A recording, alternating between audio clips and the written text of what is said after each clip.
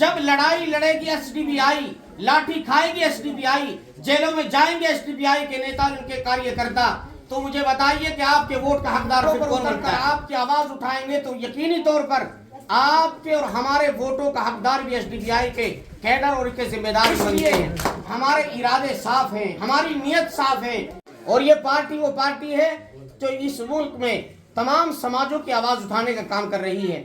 अगर भारत में ईसाइयों के चर्चों पर जो है हमले किए जाते हैं तो सबसे आगे आने का काम एसडीपीआई के लोग करते हैं, उनको बचाने का काम एसडीपीआई के लोग करते हैं। दलितों पर कहीं अत्याचार होती है तो वहां पर जो है आपके एसडीपीआई के लोग आते हैं। मुसलमानों के साथ में कोई भी बदसलूकी हो, इनके ऊपर कोई भी जुल्म हो और या नाइंसाफी हो, उसको बचाने का काम एसडीपीआई के लोग करते हैं। जब लड़ाई लड़ेगी एसडीपीआई, लाठी खाएगी एसडीपीआई, जेलों में जाएंगे एसडीपीआई के नेता, उनके कार्यकर्ता, तो मुझे बताइए कि आपके वोट का हकदार फिर कौन बनता है?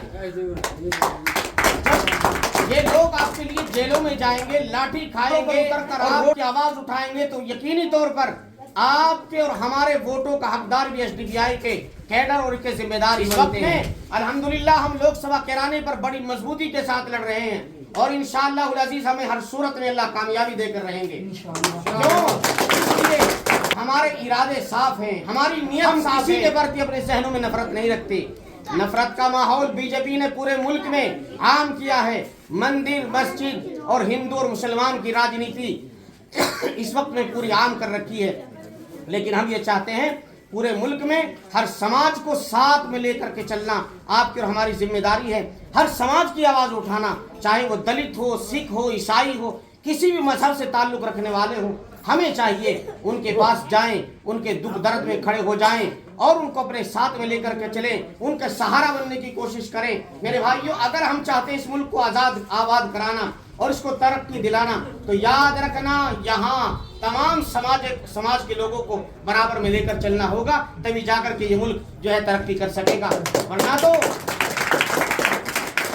तो अगर किसी भी समाज को दबाने का काम किया गया, चाहे वो दलित हो या मुसलमान हो, ये मुल्क कभी तरक्की नहीं कर सकता।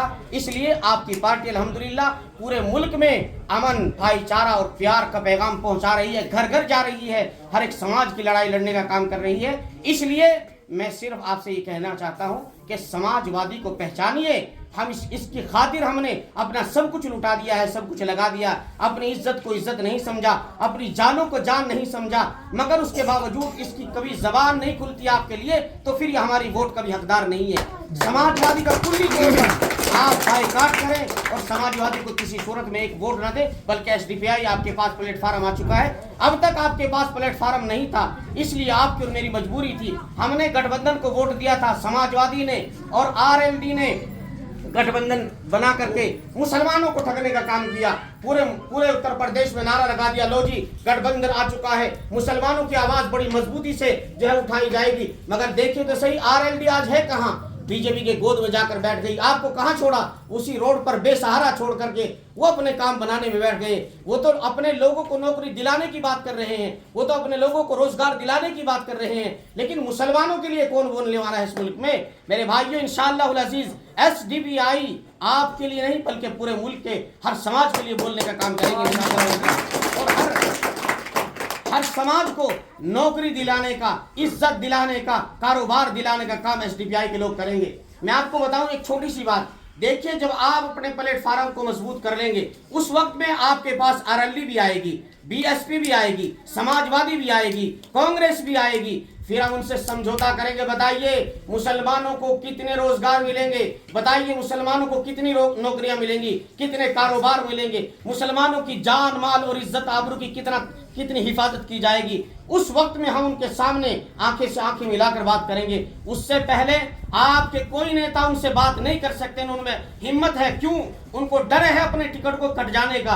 अगर वो आपके लिए बात करेंगे समाजवादी के नेता से, जी बताइए हमारे लोगों को कितनी नौकरी मिलेगी, कितने रोजगार मिलेंगे, तो समाजवादी में सिर्फ आपको ये कहा जाएगा, आपको अगर हमारे टिकट पर लड़ना है तो लड़ लीजिए, वरना तो अपना काम देख लीजिए, कहीं और चले जाइए। आपके पास प्लेटफार्म नहीं था, कहां जाते?